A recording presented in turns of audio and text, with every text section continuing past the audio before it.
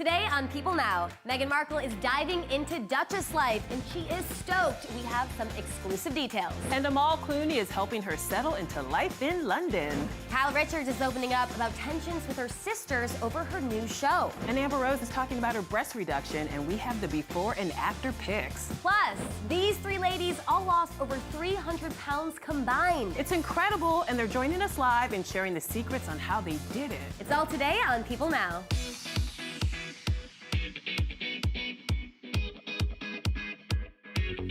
Happy Wednesday, everyone. Happy hump day. Happy hump I don't know. day. I always think of the camel. I regret saying it. Anyway, I love it. Welcome to People Now. We have a lot to get to this morning, including the sweet friendship between Amal Clooney and the new Duchess of Sussex, Meghan Markle. We're loving these famous pals, and it got us thinking, who are your favorite Hollywood friends? Tina Fey and Amy Poehler, Yes. T. Swift and Selena, Oprah and Gayle? Let us know by voting in our poll on People's Twitter page. Yes, definitely let us know. We'll be revealing your top pick over the course of the show.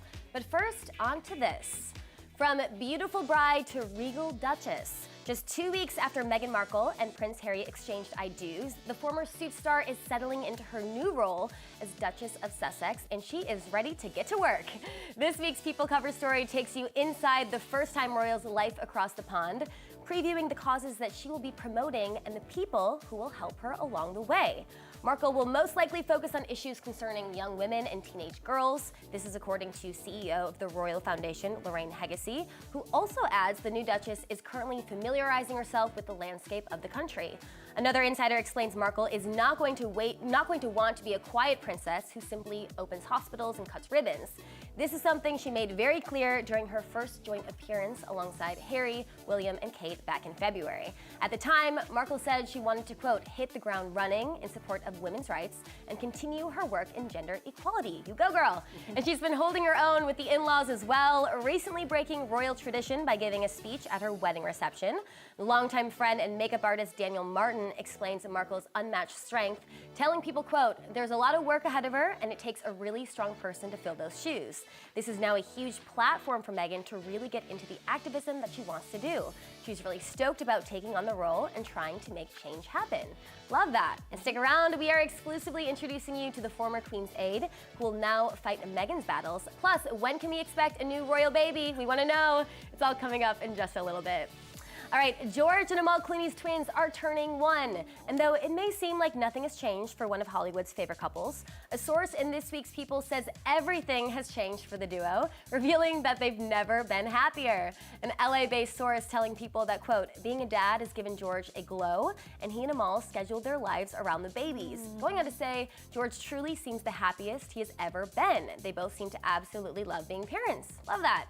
The twins have been largely out of the public eye, but those who have met them swear they're a perfect combination of both parents. Oh. A source close to the family saying the twins are too beautiful, simply adorable.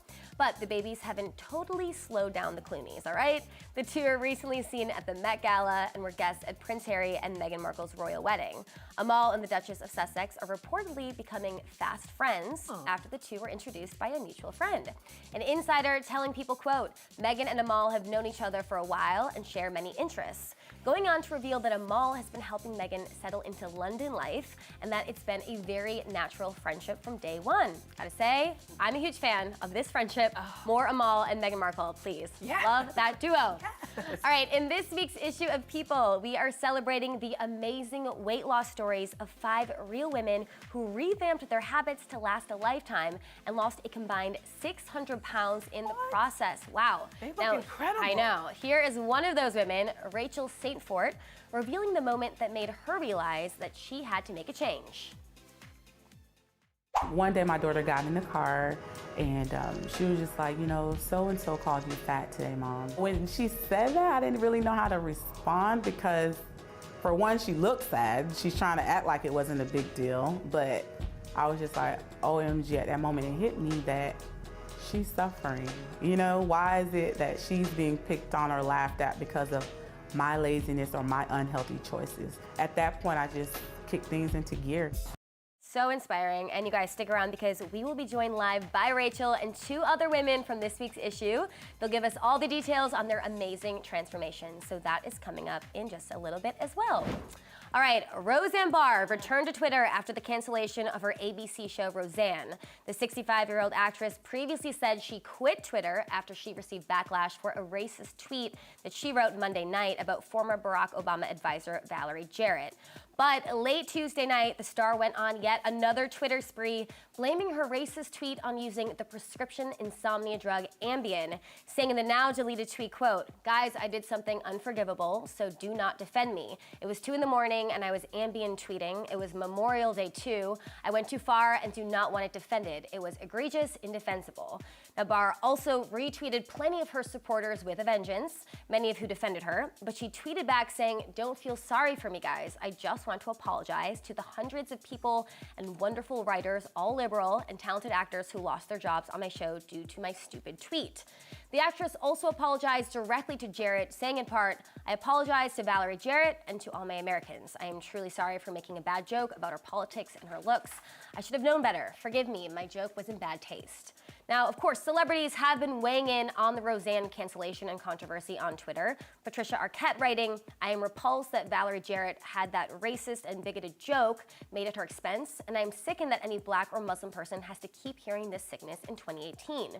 And Rita Moreno tweeting in part, "How odd that you, as a comedian, have forgotten the meaning of a joke and a personal comment. Your meanness is staggering and will earn you a ticket to a sad, lonely, and sorry life." Now, on Tuesday, I spoke to Hearts Beat Loud actors Nick Offerman and Kiersey Clemons about the Roseanne cancellation. Here's what they had to say. It's terrible for all those people who lose their jobs. That's something people don't think about when shows come and go, or stars, you know, have crazy life moments. You've got 150 other people paying their rent or, you know, feeding their kids, and that's a shame. Yeah. That they had to get on a show with a Well, horrible it's also racist. a shame that, they had to work on the show. Yeah. Yeah, what is your message or thoughts for the actors and the crew that have lost their jobs? You don't have to work with her anymore, so Yeah. I look think forward to your future. it seems like it was all an elaborate ruse by ABC to expose the racism inherent in our society. Hold it up, shine a light on it, slap it to the ground. Ha.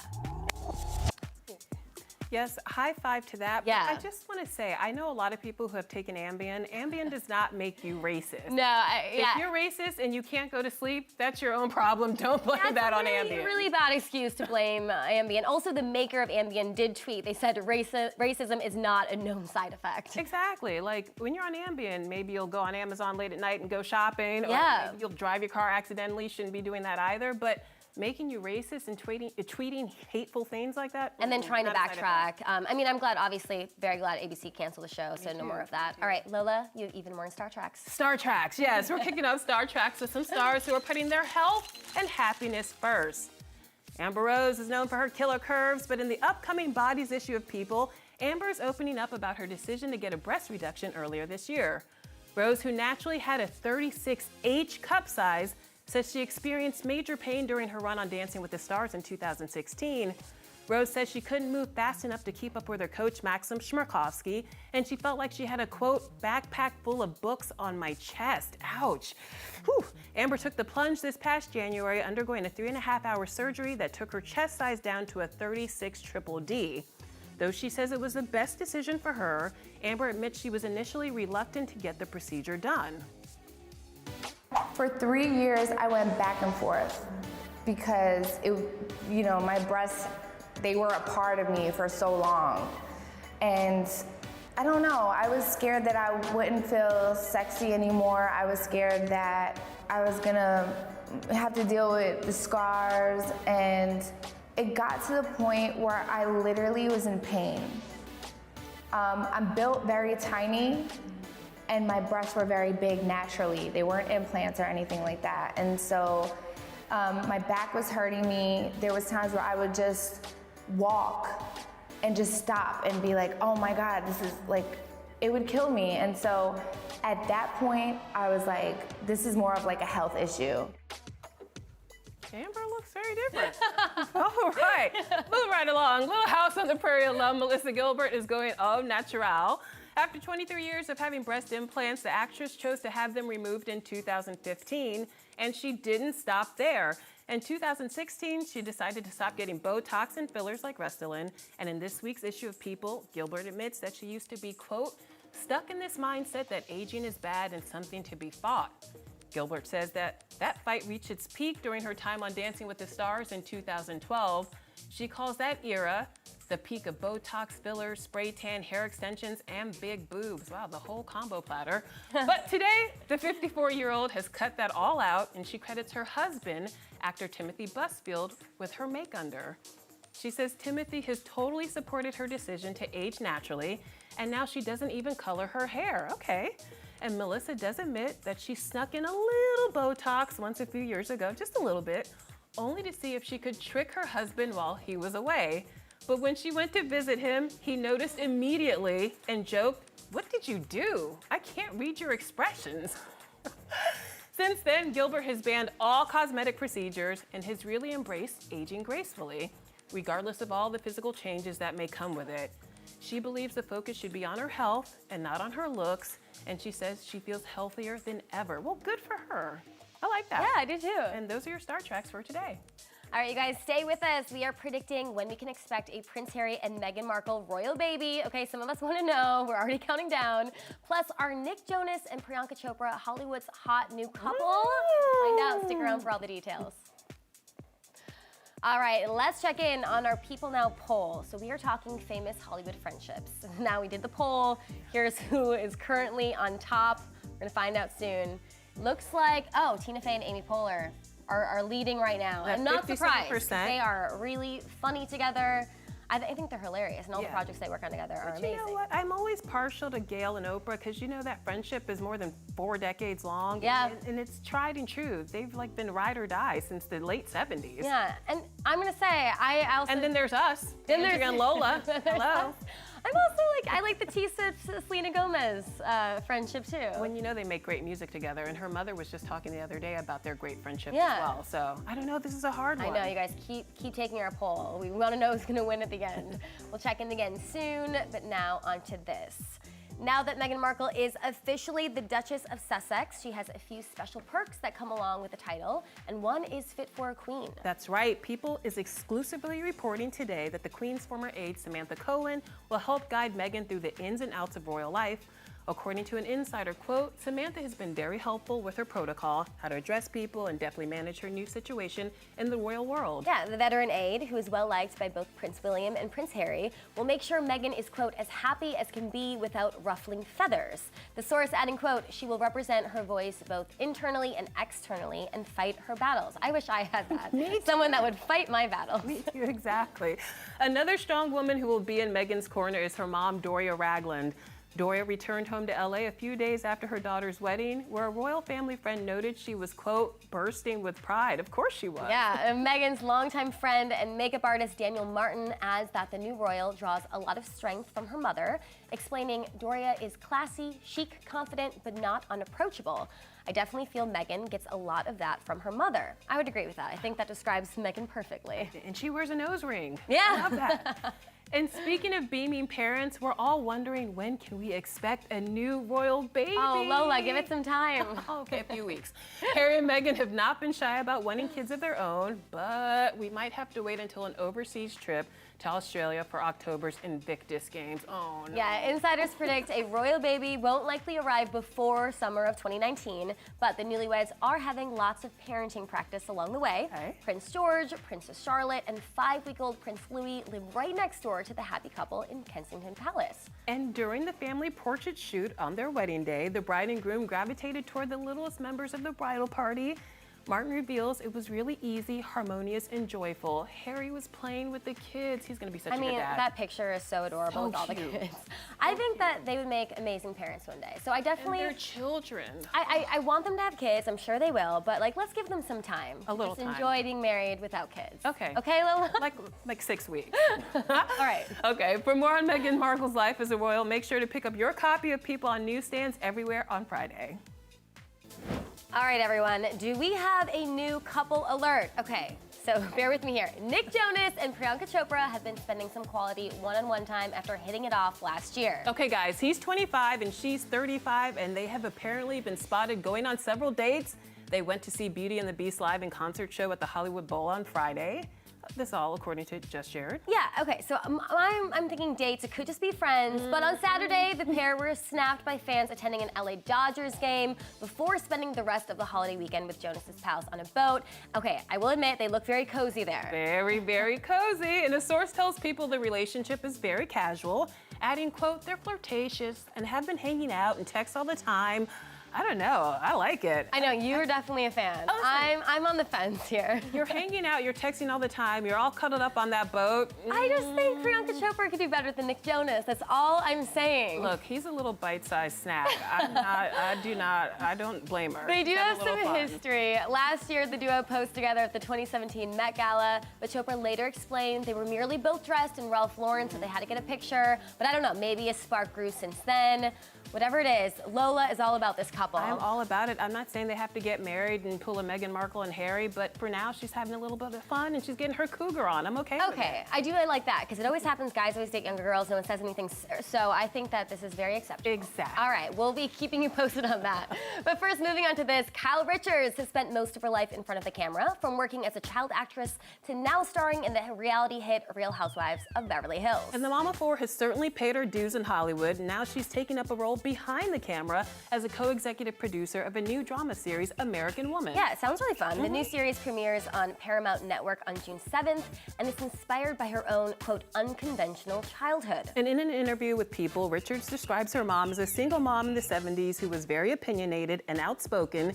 She remembers it as a crazy, fun, reckless time and says she wanted to make a show about women coming into their own and finding their voice. I mean, I'm all about that. Oh, sounds like the Real Housewives, actually.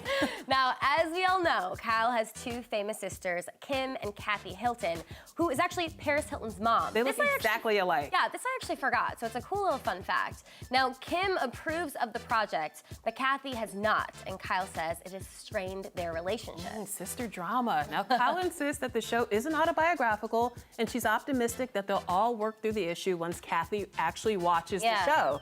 She tells People, quote, I love my sisters and I would never do anything to disrespect them or embarrass them. I feel bad about that. Yeah, so she's trying to obviously work this through. She goes on to say, siblings go through tough times, but we love each other and that's all that matters. Aww. And Kyle's also opening up about her house being burglarized back in December while she was out of town. Yeah, now the thieves took over $1 million worth of clothes, jewelry, and bags. Yeah, it's a lot of money. But Richard says losing the items that once belonged to her mother really upset her. Yeah, she says that the experience has made the series more special to her because she sees it as a tribute to her mom. I hope the ladies all come together once they see it. Right? Okay. All right, this week's People is our 2018 Bodies issue, and we are joined live by three women who have made incredible transformations in mind and in body, losing over 100 pounds each. That's so amazing. Please welcome Brianna Bernard, Lauren Council, and Rachel Saintfort to the show. Ladies, thank you so much for being here. How are you guys doing? Good. You look amazing. You look amazing. Do you feel amazing too? Absolutely.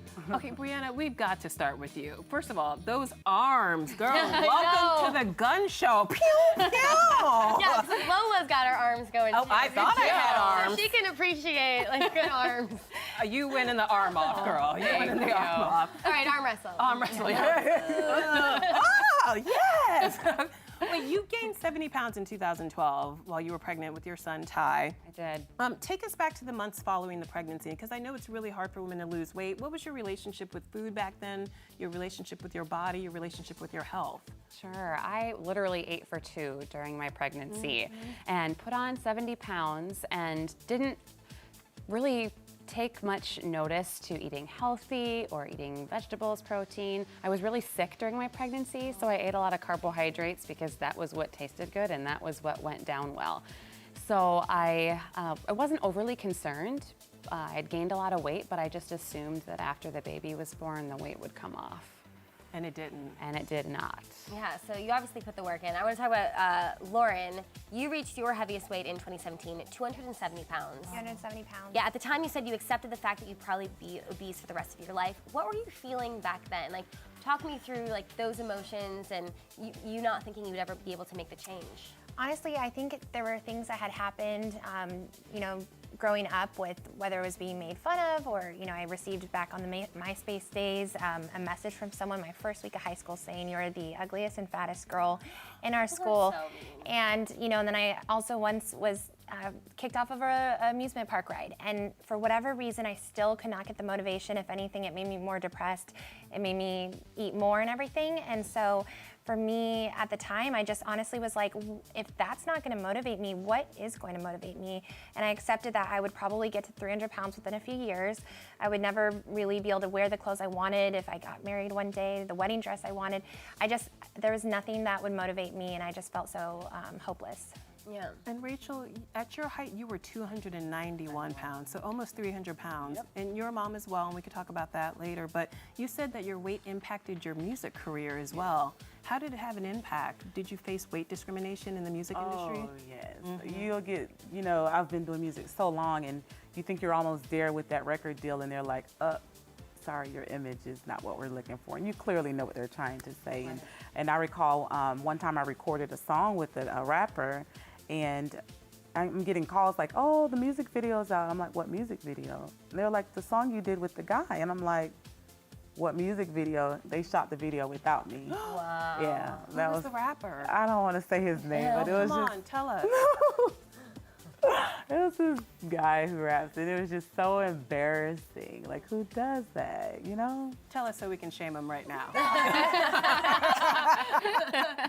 He's already feeling it. I'm sure he knows. Yeah. But yeah, it was so sad. Okay, so let's talk about happy themes now. So Brianna, walk me through how you decided to once and for all face your weight and tackle it. So I was standing in a grocery store line with my little boy, and I picked up a copy of People magazine's How They Lost 100 Pounds issue. And a woman named Dawn Bryant was in the issue, and she's from Minneapolis also. So I read that she was training at a gym locally with Jason Burgoon, who is the owner of Bodies by Burgoon. So I called the gym and scheduled an appointment, and the rest is history. Yeah, so how many pounds did you lose total? 107. Okay, and you lost? 106. Okay. 121. That is so amazing. Congratulations. Thank you. That's like, you know, sometimes I feel like it's hard to lose like 5 pounds. You guys lost 100 pounds each. That's crazy. No, many people have said that more than physical, it's mental. Do you guys agree? Do you think the mental part of it is really what made what was a game changer for you guys? Well, I think my biggest thing is that not everybody, but a lot of people, when I hit my goal of 100 pounds, is they're kind of like, life is good now, and, you know, be happy and everything. And you just, clearly the problems didn't just go away as why you got there in the first place. And so for me, maintaining the weight is a whole nother mental battle that I'm really working on and still have a lot to work through with that, because it's, you know, physically, I think we all can do so much more than we think we can. It's the mental part that says, oh, I don't need to go to the gym today, or I can just eat that cookie, or whatever. It's the anxiety that comes with it. Well, so as we know, beach season is basically here. Do you guys like wearing bathing suits now? Yeah? I saw you in that white bathing suit. Yeah, You were I think you guys posing. look great. It really Looking gets like a the shoot tall right glass now. of milk. Yeah. I mean, you would say that you have more confidence now. Yeah, definitely. Absolutely. Well, and I think being strong in the gym, and you know, that translates into every area of your life. It makes you strong in your mind, and that gives you confidence to do hard things or uncomfortable things that maybe you wouldn't have done before. And you're actually a personal trainer now. I am. I'm a personal trainer and a nutrition coach, as well as running our virtual training program at Bodies by Burgoon, where I lost my weight. Yeah, that's amazing too. And also like such an inspiration for people that want to get in shape. Now, do you want to train us? I would love to. Yeah. That's actually a good point. What is the one piece of advice you would give to people who are trying to tackle substantial weight loss? Because again, losing 5 pounds is one thing, losing 105 pounds is a totally different thing. Right. I think finding a supportive environment or a community of like-minded people is the key to success. But also simple daily things like drinking 100 to 128 ounces of water, logging your food in MyFitnessPal are things that I did that really helped me get to where I am today. Yeah, Lauren, I want to talk about this. You had a health scare that led to you being diagnosed with irritable bowel syndrome. Yes. And So fun to talk about. you called that, I know, but you know, it's like a serious thing. You called it your wake-up call moment. It was. You focused on your diet before working exercise into the mix. How did that approach work for you? So for me, because I was so sick for that month when I first went into urgent care, that I kind of had a fresh start in the sense that I was reintroducing food into my diet because I was just so sick. I lost 20 pounds in 1 month. And so for me, when I started having an appetite back, you know, I just felt like I need to focus on food before I even try to tackle the gym, because I truly never worked out a day in my life. I mean, less than 10 times in my life before. So working out, I started from the ground up, and I felt like if I was going to try to tackle 2 things at once, I would have easily given up right away. And Lauren, your goal was also inspired by your mother, who passed away from breast cancer, correct? Yeah, so she passed away after almost a 10-year battle of breast cancer. She passed away the week before my high school graduation, and we were incredibly close. And you know, I'm at very high risk of breast cancer. She had metastatic breast cancer, and so once I'm 27, that's 10 years before when she was diagnosed, and that's when I'm supposed to start getting those mammograms. And so I did. Once I turned 26, my goal was by the time I'm 27, I'd like to be down 70 pounds, which gave me over a year because I'd already been down 40, but I set it so small because I thought I would give up right away. And luckily I hit that 70 pounds a few months later in October, and then I hit my 100 pounds down in 10 months, which was in total in February. Now, Rachel, what have been some of the other perks that have come along with losing all of this weight? Crossing my legs. Oh. Little things you don't think of, you know. Driving, my stomach isn't driving the wheel, like, you know, steering the wheel. Also, I'm just playing with my daughter. I recently took her to a resort, and she's like, "Mom, let's play Marco Polo." I'm like, "Okay." I'm like, "Marco," and I'm like, "Okay, it's 30 minutes." I've been chasing her in the water. Little thing, because I would normally just sit there and just look at other parents and just, "Oh, I'm sorry, maybe next time." You know, it's the small things which are really the bigger things, and it's just so important to focus on non-skill victories instead you of have some clever ways to keep yourself motivated too. So what are those clever ways? I think that's the hard part, is just keeping that motivation. I mean, most importantly is just remembering that small progress is still progress. I think just because you don't hit 2 pounds in a week, it's like, I didn't do nothing. 0.1 ounces or whatever, you know, that's something, you know. So it's just keeping yourself motivated, setting realistic goals. You know, I would set short-term and long-term. So for the month of May, or I'm just throwing something out, I would say I want to lose 7 pounds, and then set a short-term goal to lose 3. What about for you guys too? Like, do you have like a saying or like something you tell yourself when you wake up in the morning in the mirror or something? Absolutely. I think it's really important to plan for your week, but to live in the day. So getting your food prep for the week and planning when you're going to go to the gym, but then taking a step back and focusing on just getting through the day. There were times that I would tell myself, just for the next hour, I'm going to eat clean, because looking at the big picture was too overwhelming for me. Well, I think I've heard people say this phrase before, is failing to plan is planning to fail, because you know, if you don't make it the easiest way to lose the weight or to get to the gym or to have the healthy meals, then it's going to be so much easier just to say, well, I'll just get fast food, or I'll just not go today. So for me, I cook once a week. I meal prep everything, so I have really no excuse not to. I make sure I have my gym bag with me when I go to work, so that I don't have to, you know, when I go home first, then it's going to be so much harder to get back into the car to go to the gym. And so that's, for me, it's, you know, making the plans as best as you can ahead of time. I like that. Failing to plan is planning to fail. I like that. That's really good. I think that applies to her. Yeah. Yeah. We gotta credit her. It wasn't my original quote, but I want to make sure. I love that. You know, I'm a working mom, and I know that it can be a challenge to get to the gym. I go to the gym for sanity and vanity, but I know a lot of my mom friends say that they don't have time. What advice do you have to give to moms, stay-at-home moms, working moms who just don't have the time to work out like they used to? Time is always going to be a factor, and once you make that time for yourself to give yourself the self-care that you need, and you see the value there, I think it becomes less difficult to find that time or set that side of time, because I know that I am a better mom, a better trainer when I make my workouts a priority, and when I make eating healthy for myself a priority. And the busier my life gets, the more important that is. Ladies, thank you so much. Thank you. This is Thank very you. inspiring. You guys should be very proud of yourselves. Thank you and so much. thanks for stopping by, Brianna, Lauren, and Rachel. Show off your guns Yeah, before we go. one more gunshot. There we go. You guys, for more transformations, pick up a copy of this week's issue of People on newsstands Friday. Let's check in on our favorite Hollywood friend Twitter poll. We've been asking you guys your favorite Hollywood duo friendship. Let's see who won. Okay, Tina Fey and Amy Poehler. I approve of that. I approve of that too. Oh, look, Funny but gals. T-Swift and Selena Gomez actually, it's close. Oh, yeah. It's a tie between the 21% for the other two. So yeah, T-Swift and Selena are tied with Oprah and Gail. Yeah, but I'm glad that Amy Poehler and Tina Fey won. Are you guys approve of that? Do you have a favorite like Hollywood friendship? Oh yeah. She's like, oh yeah. You're like, yeah, I approve. No one can say yes.